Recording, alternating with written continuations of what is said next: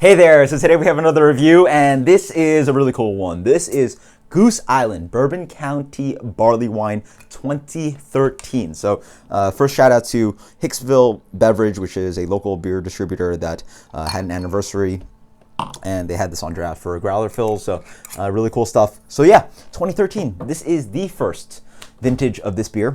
Huge English style barley wine, aged in actually different beer than what is now being produced, because previously it was aged in previous used Bourbon County Stout barrels. So bourbon into Bourbon County Stout into Bourbon County barley wine.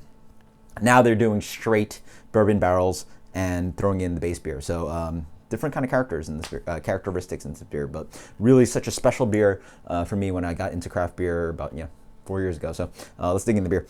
Beer comes in a little bit of mahogany coming through, just like really nice dark brown color, ruby brown. Let's get the aroma on this one. It's insane. Huge amounts of like toasted qualities, rich caramel sweetness of the bourbon, vanilla, oak. Tons of dark fruits. It's dates, it's plums for days. It's really tons of dark dried fruits. It's beautifully sweet. It smells very harmonious. Doesn't really smell like there's much of a bite to it. It smells incredibly sweet and decadent. Oh man, there's some back in there. There's a little bit of alcohol that sort of stings the nose a little bit. There's also some leather. This like really just like intense like complexity from the bourbon barrels. Cheers.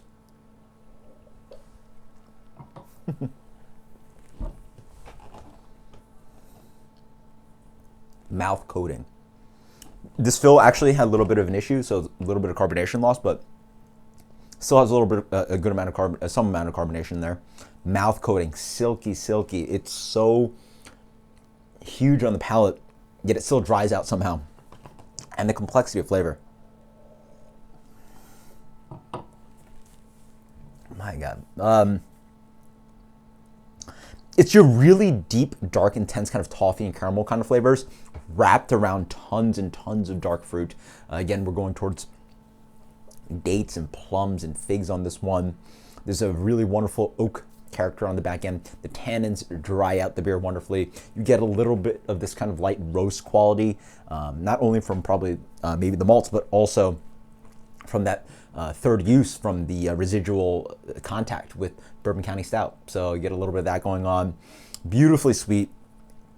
It's actually not that, surprisingly not that kind of, lip smacking kind of intensity of sweetness, but it is a very sweet beer. I mean, come on, this is where it's at. With age, I feel like the beer has gotten a little bit drier somehow. Yeah, it's matured a little bit. It's less young and sweet and jammy for me. It's gotten more towards a little bit of leathery, a little bit more towards oaky. Those flavors have really come out a little bit more prominent. Extremely dangerous for its ABV. I believe this beer comes in around 14%, 12 to 14%. I apologize for not knowing the exact ABV, but absolutely insane. I mean, what a beer.